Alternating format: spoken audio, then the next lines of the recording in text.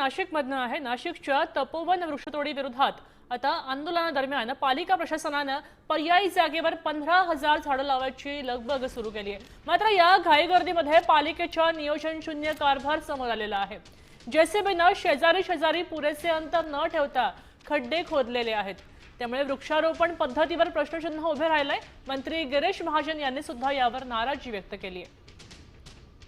याचा आढावा घेतलाय प्रतिनिधी अभिजित सोनावणे यांनी।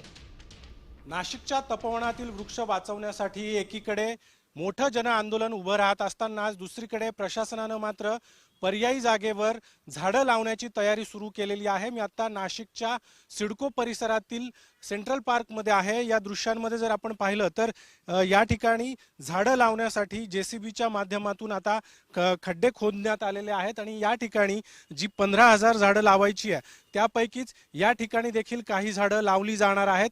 या सेंट्रल पार्क प्रमाणेच कानेटकर उद्यान असेल, गंगापूर गाव असेल, अशा वेगवेगळ्या ठिकाणी महापालिका प्रशासनाकडून झाडं लावण्यासाठी तयारी सुरू करण्यात आलेली आहे। जी वड, पिंपळ यासारखी देशी झाडं आहेत त्यांना जागा जी आहे ती मोठ्या प्रमाणात लागते आणि त्यामुळे या सगळ्या कारभाराबाबत महापालिका प्रशासनाच्या मंत्री गिरीश महाजन यांनी देखील नाराजी व्यक्त केलेली आहे आणि एकूणच या सगळ्या कामासंदर्भामध्ये तात्काळ सुधारणा केली जाईल अशा पद्धतीचं आश्वासन देखील गिरीश महाजन यांच्याकडून देण्यात आलेलं आहे। कॅमेरामन प्रवीण काळबांडेसह अभिजित सोनवणे, साम टीव्ही, नाशिक।